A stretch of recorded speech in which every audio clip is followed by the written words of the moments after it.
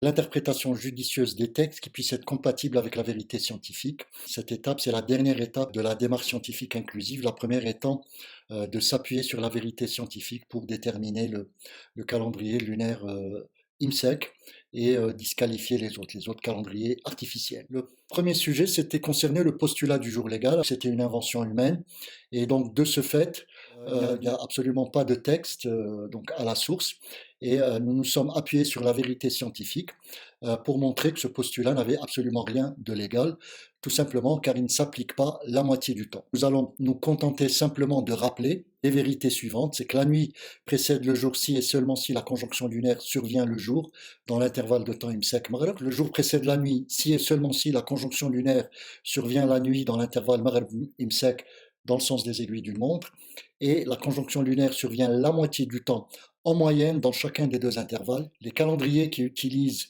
ce postulat sont de facto disqualifiés, sachant que le calendrier 2 utilise explicitement ce postulat, alors que les calendriers 3, 4 et 5 l'utilisent de manière implicite, comme première condition. Visibilité du croissant lunaire. Alors, malheureusement, cette visibilité du croissant lunaire a été mal comprise à partir de la source, à partir des hadiths, comme étant la condition nécessaire qui définit le premier jour calendrier. Cette visibilité du croissant lunaire n'est pas un événement précurseur, n'est pas le marqueur qui indique le premier jour effectif du mois. Cette condition est une condition surnuméraire qui est utilisée explicitement dans les calendriers 3, 4 et 5, mais pas dans le calendrier 2. Alors pourquoi surnuméraire? C'est la deuxième condition qui vient après le postulat du jour légal, utilisé dans ces trois calendriers. Alors, le hadith, c'est dans l'une de ses variantes, c'est celui-là, صوموا لرؤيته وافطروا لرؤيته فإن غم عليكم فأكملوا العدة ولا تستقبلوا الشهر استقبالا. Pas besoin de le traduire. Alors comment faut-il l'interpréter? Lorsqu'on interprète ce genre de hadith, la première question qu'il faut se poser, c'est la condition d'application. Nous savons en 2021 qu'il y a deux conditions d'application qui subsistent. La première, c'est lorsque nous ne savons pas calculer les conjonctions lunaires et donc nous ne connaissons pas les débuts et fins de mois. Et la deuxième, c'est lorsque nous connaissons les débuts et fins de mois. Nous allons partir de la condition d'application où les débuts et fins de mois demeurent inconnus. Ceci implique qu'il existe un doute. Un doute sur quoi? Un doute sur la durée du mois qui, elle, est indéterminée. La nuit du doute existe parce qu'il y a un doute qui persiste sur la durée du mois. Alors, solution, guetter la visibilité du croissant lunaire. Pour quel objectif? Pour s'assurer que le mois a bien commencé, tout simplement. Parce que nous ne savons pas si le mois a commencé ou pas du tout. L'autre condition d'application, c'est lorsqu'on connaît les débuts et fins de mois. Comme on sait le faire aujourd'hui, en 2021. L'issue n'est pas la même. L'implication, c'est qu'il n'y a pas d'existence de doute, non-existence d'aucun doute. La durée du mois est complètement déterminée, à la seconde près et même en deçà. La nuit du doute n'a aucun sens. Alors, solution, pour quel objectif? C'est appliquer la définition du calendrier lunaire naturel IMSEC, comme on l'a vu précédemment, parce qu'il n'y a aucune nécessité d'observer la visibilité du croissant lunaire. Là, l'objectif, c'est déterminer d'une part la durée du mois à une seconde près, maintenant on sait le faire, et déterminer les premiers et derniers jours du mois à 0 jour près, c'est-à-dire sans aucune erreur.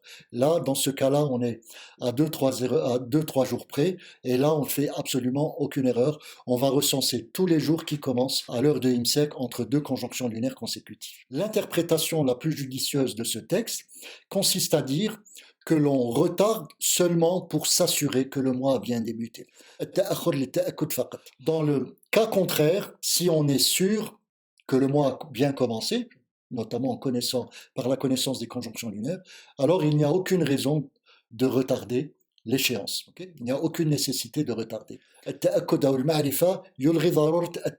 en résumé, ce hadith n'indique pas que le premier jour effectif du mois est celui qui suit la visibilité du croissant lunaire, car nous savons aujourd'hui que pour pouvoir voir le levant sans instrument, c'est-à-dire le croissant lunaire, il faudrait que ce dernier ait au moins 16 heures d'âge, ce qui signifie pour cette époque que le premier jour effectif était déjà passé. La distance entre la conjonction lunaire et le premier jour UMSEC, si on utilise la visibilité, eh ben, elle est d'environ 33 heures telle qu'il l'utilisait dans les derniers siècles. Ce qu'a fait le prophète Mohammed sallallahu alayhi wa sallam n'entre pas en ligne de compte ici, car personne ne peut témoigner de la manière avec laquelle il procédait, mis à part qu'il s'isolait au début du mois de Sha'ban, par exemple, pour déterminer le premier jour du Ramadan. Donc on ne sait pas, puisqu'il s'isolait, est-ce que c'est lui-même qui déterminait ce premier jour, ou alors c'était Jibril alayhi salam qui l'aidait dans cette tâche. On ne sait pas ce qui s'est passé. On va se baser sur ce que faisaient les musulmans dans les siècles derniers où la connaissance leur faisait défaut. Plus, ce hadith dit seulement que la visibilité du levant indique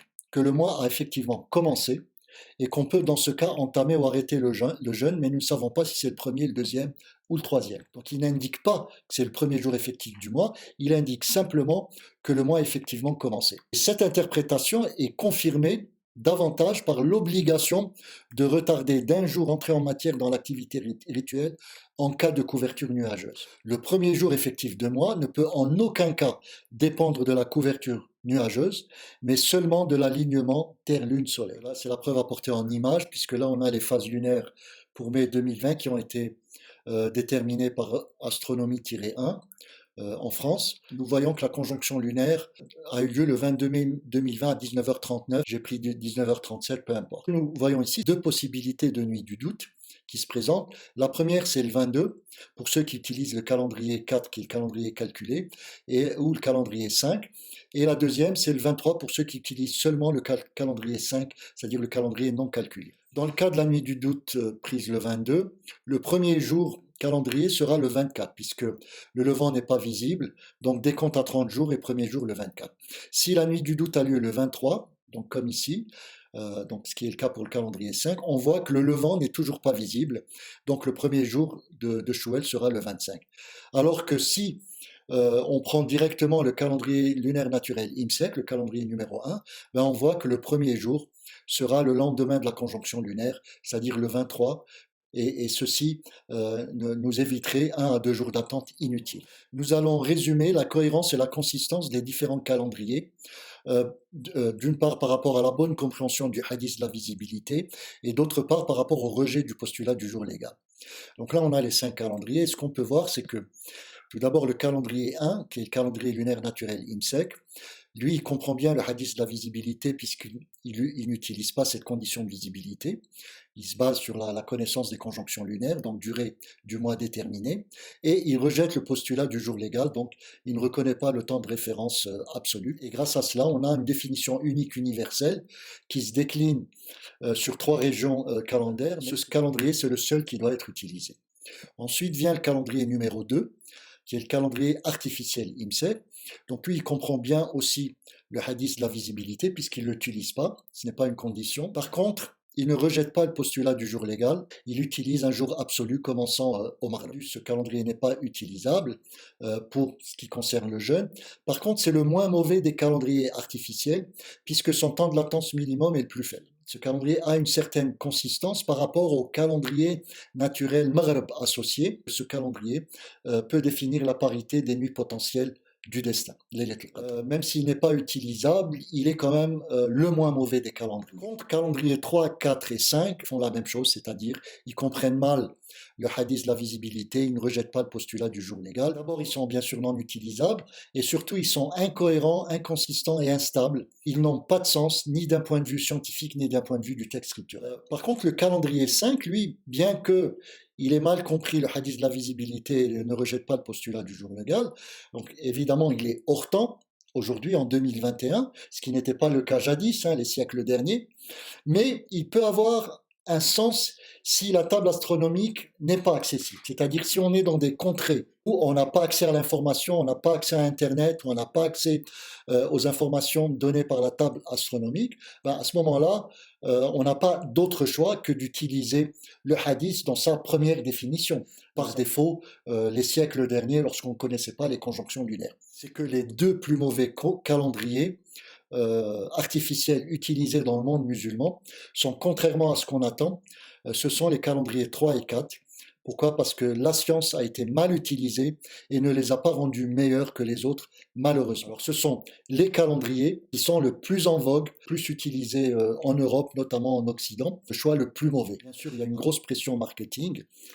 Alors, je ne vais pas citer tout le tapage médiatique qui a lieu, comme vous savez, à la veille des rendez-vous importants, mais simplement vous montrer 2 exemples qui illustrent bien ce que je disais, c'est que tout l'effort aujourd'hui est concentré sur le calendrier 3 et 4.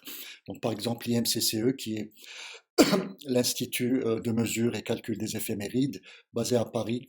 Donc, eux, ils traitent justement l'ensemble des calendriers existants et ils publient en particulier le calendrier lunaire musulman. Alors ça, c'est la partie visible de l'iceberg, mais les musulmans qui lisent ces calendriers doivent savoir que l'IMCCE a adopté la définition inhérente au calendrier 4, c'est-à-dire diversification des levants, donc visibilité du croissant lunaire en local. Et d'ailleurs, il l'explique bien ici. C'est l'email que j'ai reçu en réponse à quelques questions. Donc, ils ont eu la gentillesse de me répondre. Mais ce qu'ils disent à la fin, c'est que justement, ils n'expliquent pas pourquoi ils ont adopté cette approche, cette interprétation religieuse, mais ils disent que pour toutes les autres considérations, que vous soulevez, qui sont des considérations religieuses, elles ne sont pas de notre sort, car nous ne nous occupons pas du calendrier religieux, bien qu'ils adoptent son interprétation. Et pour cela, il vous faut contacter la Grande Mosquée de Paris. Donc, j'en conclus que leur référent religieux, c'est la Grande Mosquée de Paris. La Grande Mosquée de Paris, c'est une mosquée parmi tant d'autres. Mais voilà, c'est un choix qu'ils ont fait. J'ai d'ailleurs essayé de contacter la Mosquée de Paris pour discuter de cela. Je n'ai eu, contrairement à l'IMCCE, aucune réponse de leur part. Voilà, et puis d'un autre côté, vous avez tous les centres, toutes les mosquées qui adoptent justement la définition inhérente au calendrier 3. Donc, par exemple, et donc ils utilisent pour justificatif, pour justifier justement leur calendrier, cette image qui devient assez courante maintenant dans le paysage médiatique, qui vous donne la carte de visibilité du croissant lunaire. Alors, ce qu'il faut savoir, c'est que cette figure de visibilité, elle est certes utile pour le calendrier 3, 4 et 5, et principalement ceux qui l'utilisent portent le drapeau du calendrier 3. Par contre, à la suite de ce que je vous ai expliqué, nous voyons bien qu'elle est d'aucune utilité pour déterminer le calendrier lunaire musulman. À la conclusion, le calendrier lunaire naturel IMSEC convient bien à l'usage de l'islam. C'est le seul qui est compatible dans le sens cohérent et consistant avec la vérité scientifique et celle émanant des textes scripturaires en même temps. Il est compatible avec le principe du tawhid au sens du verset 51 complété par le verset 52 de sourate An-Nahl. Ne faites pas comme s'il y avait deux dieux, et je l'ai expliqué assez longuement en début de vidéo. La définition du calendrier lunaire naturel IMSEC, qui est aussi le calendrier 1, est unique et universelle pour l'islam. Sa réalisation calendérique dans le monde, elle est décentralisée, puisque nous savons maintenant qu'il y a deux régions pour ce qui concerne le premier jour, donc configuration géographique qui change bien sûr à chaque conjonction lunaire, et trois régions ce qui concerne le mois, sur la configuration géographique va changer chaque mois. La conjonction lunaire naturelle IMSEC concilie IMSEC et nuit du destin, comme nous l'avons vu. Nous avons cette règle de correspondance suivant l'occurrence de la conjonction lunaire, le jour ou la nuit, que la parité n'était pas la même. Le postulat du jour légal, nous avons vu qu'il n'avait aucun sens car il est contre nature la moitié du temps. Ni Allah Azza wa Jal, ni Rasul ne l'ont énoncé, c'est une inférence de l'homme, ne l'oublions pas. Le hadith de la visibilité ne renseigne pas sur le premier jour effectif du mois comme il est utilisé actuellement dans les calendriers 3, 4 et 5, pas dans le calendrier 2. Il renseigne seulement sur le fait que le mois a commencé si nous ne connaissons pas les conjonctions si nous ne connaissons pas les conjonctions lunaires. Enfin, au-delà des questions technico-physiques suscitées par le thème du calendrier lunaire, subsiste la question métaphysique.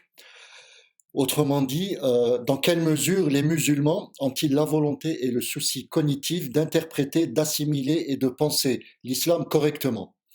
Sont-ils capables de réaliser que leur attitude n'est pas cohérente avec le tawhid mais avec son antithèse, c'est-à-dire de Dieu, selon Sourate An-Nahl, versets 51 et 52? Sont-ils capables de réaliser qu'en pratique, ils se comportent comme les adorateurs du prophète sallallahu alayhi wa sallam plutôt que de Dieu? Voilà. La dérive du calendrier est d'abord et avant tout un problème d'intelligence de la perception de l'islam avant d'être un problème de perception du temps. Le calendrier, comme l'IMSEC, nous fournit une métrique pour mesurer les capacités cognitives des musulmans à faire évoluer la pensée religieuse ou pas. Autrement dit, est-ce que, sous prétexte de suivre la tradition, le mimétisme aveugle, at-taqlid al-a'ma, doit primer sur l'assimilation intelligente, au point d'être aveugle à toutes les contradictions qui nous éloignent de Dieu de plus en plus au nom de l'islam. Fort présent et futur, tous les éléments d'information que je vous ai donnés dans cette vidéo et ceux que je vous donnerai, Inch'Allah, en ce qui concerne le sujet du IMSEC, et ces preuves du concept sont le résultat de travaux réalisés sur une période de 5 ans, entre 2016 et 2021, avec un taux moyen d'occupation de 30%. À partir de l'année prochaine, Inch'Allah, nous allons élever notre taux d'occupation moyen à 50%, et ceci pour vous fournir l'information utile et ainsi que les tâches de recherche et développement afférentes qui vont permettre de vérifier et valider cette information d'un point de vue théorique et d'un point de vue expérimental. Le quiz maintenant, déterminé localement dans votre ville, donc chez vous, là où vous habitez, le calendrier du mois de Ramadan 2022 et nombre de jours à jeûner, les dates des nuits potentielles pour appréhender la nuit du destin, le calendrier Tarawih 2022 et le nombre de jours de prière spécifiques, ainsi que la précédence 8 jours. Les données astronomiques dont vous aurez besoin, vous pourrez vous référer au site web http://timeanddate.com. C'est un site assez complet, il y a beaucoup d'informations, donc je vous laisse retrouver votre chemin, mais donc ce site-là suffit pour vous donner toutes les informations de date et de temps dont vous avez besoin pour résoudre ce quiz. Alors, donc ceux qui veulent relever le challenge et me transmettre le résultat pour discussion ou demander simplement des explications, donc contactez-moi par email à l'adresse suivante. J'essaierai de vous répondre autant se faire que peut et avec beaucoup de plaisir.